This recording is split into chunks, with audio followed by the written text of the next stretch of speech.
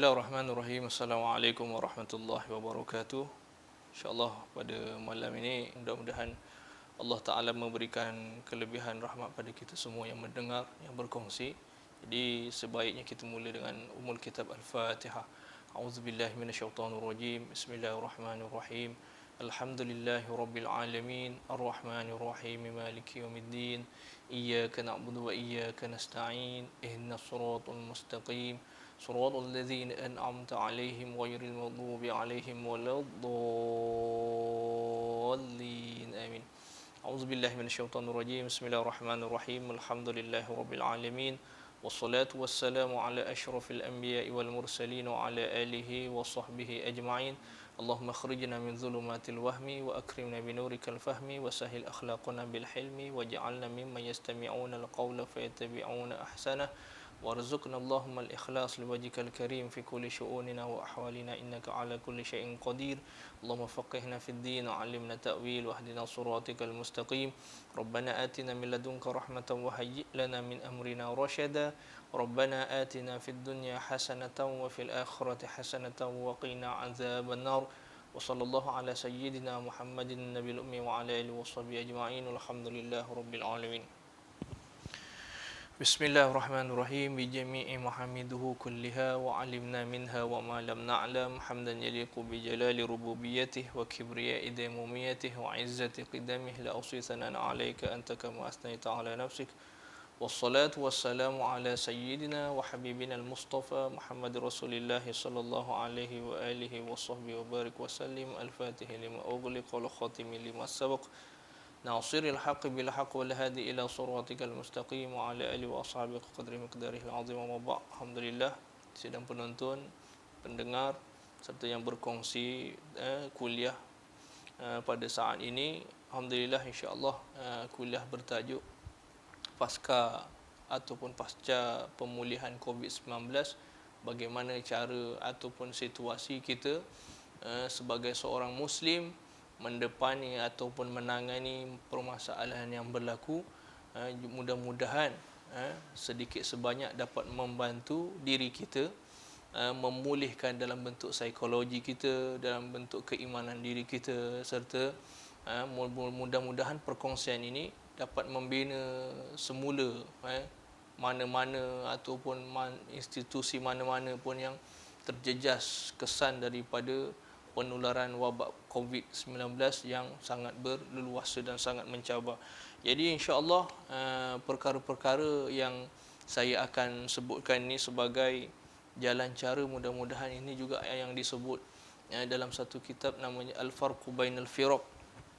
Ulama menyebutkan tentang rukun-rukun ahli sunnah, tapi saya mengambil secara ringkas supaya kita sebagai berpegang dengan aliran ahli sunnah wal jamaah dapat membantu dalam meningkatkan mutu kelemahan yang sedia ada ataupun mungkin serangan psikologi ataupun keuangan ataupun mungkin ekonomi lah kita katakan, dapat membantu. Yang pertamanya disebut tentang ihatatul ilmu tauhid wan nubuwah. Yang pertamanya bagaimana kita, persoalan tu bagaimana kita menangani? Jawapannya yang pertama tidak lain tidak bukan kita mesti mendalami ilmu tauhid dan kenabian baginda Nabi sallallahu alaihi wasallam. Jadi jalan cara macam mana?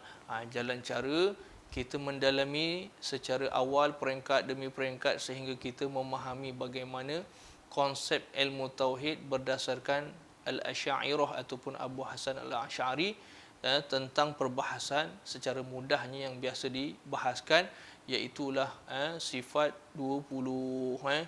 Tapi secara ringkasnya saya sebut kat sini tentang ilmu tauhid. Itu sudah tentu mestinya dalam keadaan kita memahami secara keseluruhan tu nanti kita akan mendapatkan hasil.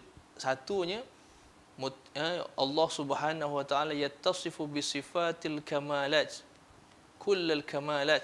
Jadi Allah Subhanahu wa taala bersifat dengan setiap sifat kesempurnaan. Jadi kita kena memandang kesempurnaan tu bagaimana cara kita memahami. Sebab jiwa manusia ni serba kekurangan, betul. dengan akidah lemah, dengan akidah goyang, dengan akidah kadang tergelincir daripada akidah yang sebenar gitu. Jadi jalan cara bagaimana? Jalan cara mesti dengan ilmu, mendalami ilmu tauhid itu dengan cara yang benar betul berdasarkan silibus ataupun penyediaan. Bagaimana kita memahami jalan cara itu perlu bantuan kepada guru ataupun mereka yang bertauliah supaya dapat memahami kita mempelajarinya secara betul. Jadi mesti mendalami ilmu tauhid tu. Kalau pincang ataupun bermasalah dalam memahami ilmu tauhid, nanti kepincangan yang lain-lain akan berlaku. Mungkin bentuk gerak kerja, mungkin bentuk keyakinan, mungkin bentuk semangat kita, hubungan kita dengan Allah Ta'ala. Mungkin peringkat demi peringkat, daripada kita rasa doa tidak diterima, doa Allah Ta'ala, kita banyak kali doa, seolah-olah doa kita ni tidak ada kesannya diri kita. Tu jadi akhirnya sekali, kita tak memandang doa tu sebagai tempat kita memohon. Tu yang susah. Jadi kesan demi kesan tu kita kena perbaiki supaya kita merasakan kelazatan ibadah. Pada ibadah tu kita rasakan kelazatan dia sebenar. Daripada solat contoh, pergi sehingga kepada doa yang kita doa. Jadi asasnya apa? Asasnya itu mendalami ilmu tauhid. Yang pertama, ilmu tauhid wan nubuwah dan kenabian baginda Nabi SAW. Bagaimana kita meyakini sampai kepada perbahasan 50 sifat yang perlu kita dalami. Itu 4 sifat yang wajib bagi Rasul, 4 sifat yang mustahil bagi Rasul, dan ada satu sifat yang harus bagi Rasul. Harus bagi Rasul bersifat dengan sifat manusia. Sampai situ nanti perbahasan tu. Jadi bagaimana? Kita menjadikan Rasul tu sebagai contoh. Jangan kita mengambil contoh-contoh yang lain selain daripada Rasul. Boleh kalau mungkin membantu sedikit demi sedikit, memberi semangat. Kebetulan contoh yang kita ambil tu tadi, satunya Muslim, orang Islam kita. Yang keduanya boleh beri perangsang supaya kita lebih membantu ataupun mempertingkatkan, tak masalah. Tapi kalau contoh yang asas itu daripada baginda Rasul sallallahu alaihi wasallam. Lihat saja bagaimana baginda Nabi SAW berlaku jujur dalam muamalat, tidak menipu. Itu yang saya cuba kedepankan dalam saya juga. Sambil berdakwah, saya menjual. Saya pun juga begitu. Saya tak suka menipu. Sehingga kan kalau mungkin buah yang dijual busuk, maklumkan saja. Saya boleh tukar dengan yang baru tanpa bayar apa-apa bayaran. Kejujuran tu yang susah kita dapat. Waktu sekarang apatah lagi mungkin pembelian secara online, pembelian secara dihantar terus ke rumah, benda barang yang sampai rosak, dah bayar barang tak sampai, contoh kan. Jadi perlukan kepada kejujuran tu tadi, baginda Nabi sallallahu alaihi wasallam sebagai contoh asas. Yang kedua, qiraatul Quran biriwayah. Mesti kita yang keduanya, kita dah mendalami ilmu tauhid bagus, tapi kadang-kadangnya pembacaan ataupun amalan kita dengan membaca Al-Quran tu agak lemah. Cuba diusahakan. Ini sebagai pemulihan ni, pasca pemulihan. Dengan kita banyaknya bacaan Al-Quranul Karim, dengan kita mulakan dengan bacaan surah-surah yang pendek, mungkin yang tidak ada asas daripada Iqra ataupun qiraati masalan. Usahakan. Inilah tempatnya untuk pasca pemulihan diri kita. Supaya kita tidak disoal dengan soal-soalan yang berat di dalam kubur. Apatah lagi perkara Al-Quran ni fardu ain atas kita untuk kita pelajari, untuk kita dalami. Usahakan yang kedua supaya kita lebih baik. Yang ketiganya, Allahumma salli ala Muhammad. Yang ketiganya, secara urusan ataupun muamalah kita, biasakan dengan kita bersikap dengan sikap ta'awun. Wa ta'awanu 'alal birri wat taqwa. Tolong menolong, niat kita menolong. Ramai kalau kita tengok di luar sana, makcik-makcik ataupun akak-akak yang jual nasi lemak di tepi jalan kan, tak sampai hati kita nak tengok kan, RM5 siap air dengan nasi lemak sekali. Allah kan. Jadi kita niat tu beli tu sambil kita menolong, dapat 2 pahala. Pahala kenyang dapat, pahala tolong pun dapat kan.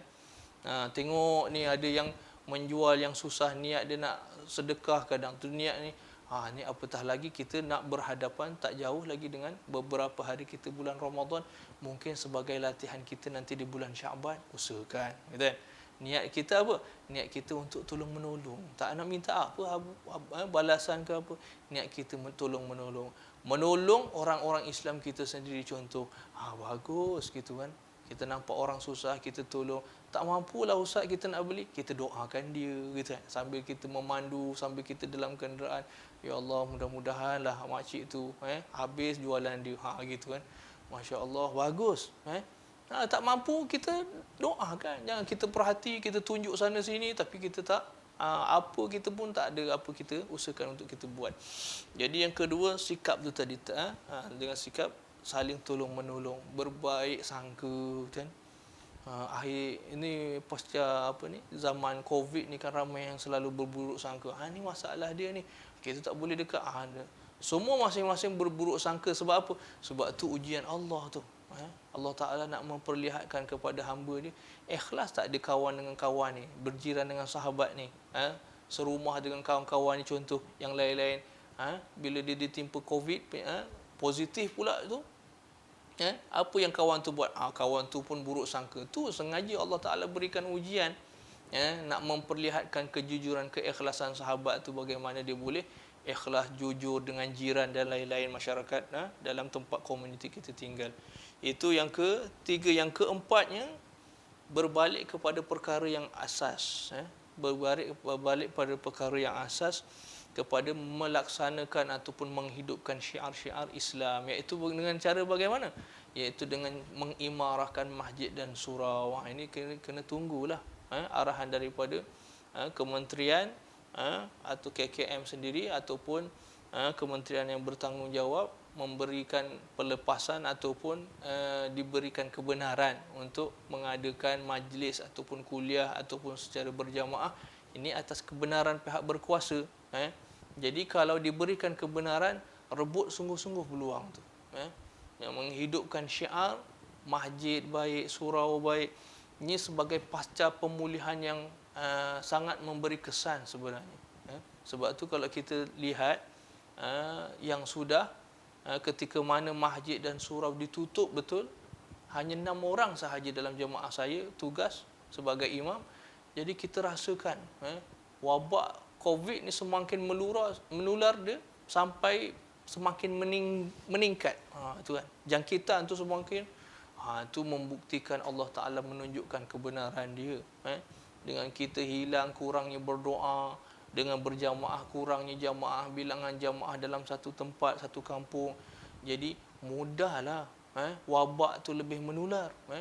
Tapi kalau dalam syiar Ahli Sunnah wal Jamaah, dengan kita memperkukuhkan, memperbanyakkan, mempermudahkan supaya datang hadir ke masjid, ke surau dengan cara SOP masalah contoh yang ditetapkan, sebenarnya inilah cara pemulihan, pasca pemulihan sebenar dalam Islam.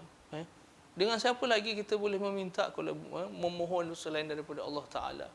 Kalau kita merayu, kalau jamaah yang datang tadi mungkin waktu-waktu tertentu 40 ke 100 orang, salah satunya yang menangis dengan sebab kesilapan, kesalahan diri, bertaubat, langsung Allah Ta'ala perkenankan. Tak mustajab ke doa-doa daripada ataupun penyakit masalah yang berlaku, sudah pasti Allah Ta'ala akan sifat Ar-Rahimnya Allah Ta'ala, Maha Pengasihnya Allah Ta'ala. Allah Ta'ala akan mengangkatkan bala bencana yang yang dihinggap atas masyarakat ataupun komuniti. Jadi diangkatkan, diberikan jalan, diberikan lorong, diberikan kelebihan rezeki masalah, tu. Jadi banyak kelebihan-kelebihan lain yang akan diberikan, yang akan diturunkan pada satu-satu tempat. Itu kelebihan daripada menghidupkan syiar-syiar Islam, iaitu syiar di masjid baik, di surau baik, dengan sumbangannya bagus tu kan. Itulah hasil daripada aktiviti berjamaah, saling tolong menolong, saling kenal mengenal tu kan. Jadi terhibur daripada wajah-wajah, raut wajah daripada sahabat berjamaah, bertemu dan berpisah tu mengurangkan ataupun menghilangkan permasalahan yang dihadapi dalam masyarakat. Seronok, kebetulan ramai jamaah di mana-mana tempat sekalipun, kebanyakan tu warga mas kan. Jadi kita dapat membantu supaya mereka ni tak rasa stres ataupun tertekan hasil daripada kekangan tak boleh keluar berjamaah, tu kesian gitu. Jadi yang keempat, yang kelimanya, sama-samalah kita menjaga negara, maksudnya dalam kedudukan situasi semasa. Jadi kita sama-sama menjaga keselamatan. Memang SOP yang ditetapkan di masjid di surau senantiasa memakai pelitup muka ketika berjamaah. Jadi niat kita mudah-mudahan dengan cara tu menampakkan Islam kita dengan cara berdisiplin, menjaga kebersihan, tidak seperti mana di pasar raya kan. Walaupun orang ada setengah-setengah membandingkan, di pasar raya boleh je, ke sana ke sini, ramai pun boleh, dengan kapasiti sekian-sekian boleh. Tapi kenapa dengan masjid surau ni susah? Ada yang mengatakan begitu.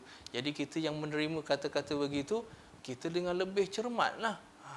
Bila dia berada di masjid di surau, pakailah pelitup muka tu dengan baik gitu kan. Ambil dengan mas sejahtera tu kan. Kita masuk tu dengan mas sejahtera, kod dengan mas sejahtera tu. Jadi masuk tu dalam keadaan mengikut peraturan ditetapkan. Jadi cara begitu, niatkan kita sebagai cara itulah cara satu sebagai cara kita berdakwah ataupun menunjukkan keperbuatan yang baik. Ad-dalu 'alal khair kafa'ilih. Jadi bila kita menunjukkan kepada jamaah yang lain yang baru sampai, yang bukan daripada penduduk di situ, mengikut tu pun kirakan pahala kita menunjukkan kebaikan. Tak apalah kita beralah atas perkara yang ringan-ringan supaya kedudukan berjamaah kita dapat dalam keadaan selamat dan kita dipermudahkan Allah Ta'ala. Hasil daripada itu yang saya sebutkan, wa ta'awanu 'alal birri wat taqwa, bertolong-tolonglah atas perkara baik. Kita baik walaupun dengan pelitup muka, masalah contoh, kebaikan itulah boleh mendatangkan kita takwa. Dengan menjaga itulah kita dapat berjamaah. Kalau tak jaga tak boleh berjamaah. Yang sudah ada setengah-setengah masjid yang terpaksa ditutup ataupun dihadkan kapasiti jamaah. Jadi tak boleh nak menolong tak. Tapi dengan cara mengikut arahan SOP ataupun dengan pelitup muka, bawa sejadah, berwuduk di rumah contoh. Itu membantu. Membantu dikira ini ke dalam ada dalam Islam. Wa ta'awanu 'alal birri wat taqwa. Tolong-menolonglah atas perkara kebaikan dan takwa. Niat kita untuk ibadah, mendapat kelebihan pahala, ganjaran di sisi Allah Ta'ala. Tetap tak akan mengurangkan kelebihan kita berjamaah tu tadi. Kelebihan dipermudahkan kita insya-Allah besok pada hari kiamat dengan melalui titian sirat sepantas kilat. Itu hasil daripada apa? Hasil daripada berulang alik berjamaah gitu. Jadi yang menolong, yang membantu, teruskan dengan tahap kita membantu pihak masjid baik. Kalau mampu dengan sumbangan, kalau mampu dengan contoh yang baik-baik, kalau mampu tu dengan disiplin yang tinggi, bagus. Itu sebagai contoh kita mengikuti contoh teladan baginda Nabi SAW. Itulah dengan wa ta'awanu 'alal birri wat taqwa, bertolong-tolong atas perkara kebaikan dan takwa. Wa la ta'awanu 'alal ismi wal 'udwan, jangan tolong-menolong atas perkara dosa dan permusuhan. Ramai yang cuba usaha untuk bermusuh, bermusuh dengan vaksin, bermusuh dengan masyarakat, bermusuh dengan komuniti masjid surau. Elakkan begitu, jauhkan daripada bermusuh. Kita antara masyarakat Islam sepatutnya bersatu padu, harmoni, tidak berburuk sangka gitu kan. Tujuannya supaya imarahlah tempat kita, penduduk kita dalam masyarakat tu mendapat doa-doa daripada orang-orang yang soleh. Kita perlu doa daripada orang lain, betul? Supaya kita selamat, supaya kita jauh daripada musibah, betul? Baik ketika hidup kita, baik ketika mati kita. Doa kepada orang yang memerlukan kita, untuk kita doa. Jadi menjaga negara, menjaga negeri ataupun negara kita, khusus tempat kita tinggal, itu sebagai cara kita menghidupkan syiar ataupun itulah sebenarnya terkandung di dalam rukun ahli sunnah wal jamaah, iaitulah menjaga tempat negeri negara kita daripada ancaman anasir-anasir luar yang boleh merosak menjejaskan keselamatan negeri negara kita, dan terus supaya mudah-mudahan masyarakat Islam dapat beribadah seperti mana sedia kala. Selain daripada itu, perkara-perkara yang melibatkan perkara-perkara fardu yang boleh kita dalami, ambillah peluang waktu bila waktu yang terluang.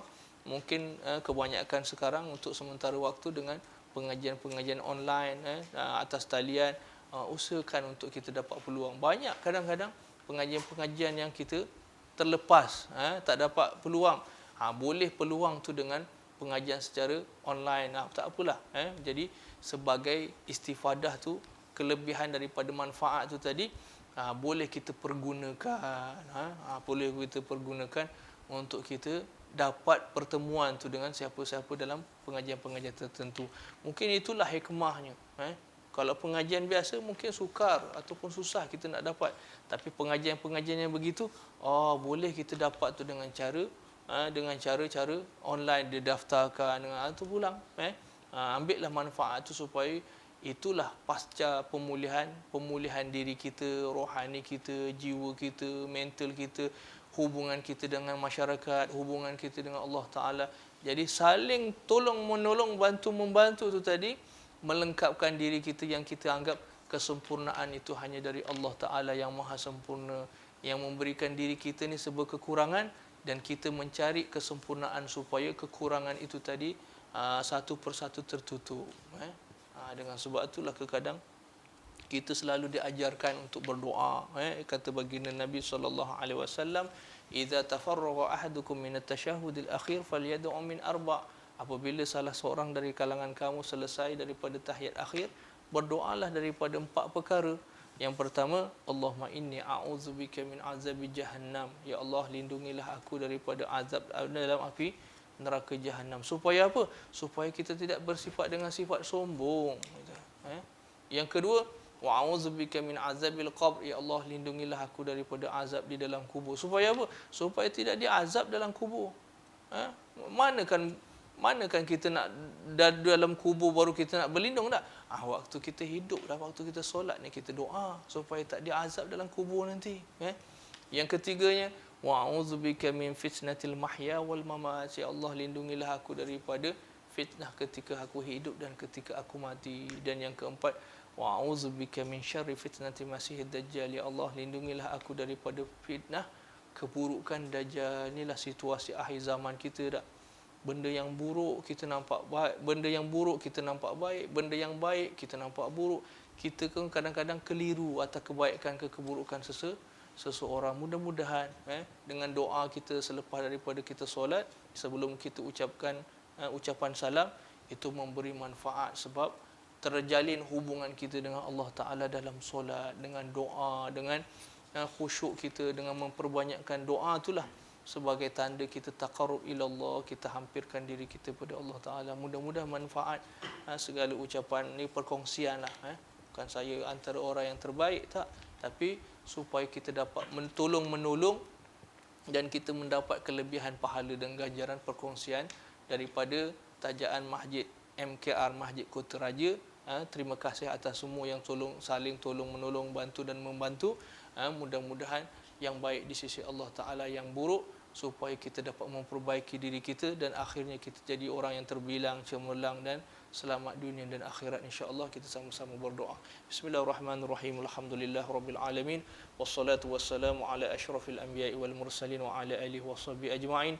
Rabbana taqabbal minna du'ana wa hajjatana wa a'malana salihan tardaka bi rahmatika ya arhamar rahimin. Allahumma khtim lana bi husnil khatimah wa la takhtim alaina ya Allah bi su'il khatimah. ربنا آتنا في الدنيا حسنة وفي الآخرة حسنة وقنا عذاب النار وادخلنا الجنة مع الأبرار يا عزيز يا غفار يا قهار يا جبار يا رزاق فتاح يا عليم يا أرحم الراحمين. وصلى الله على سيدنا محمد النبي الأمي وعلى آله وصحبه أجمعين. بفضل سبحان ربك رب العزة عما يصفون وسلام على المرسلين والحمد لله رب العالمين. تقبل الله منا ومنكم. Terima kasih semua. صلى عليك الله يا رسول الله صلى على رسول الله محمد مصطفى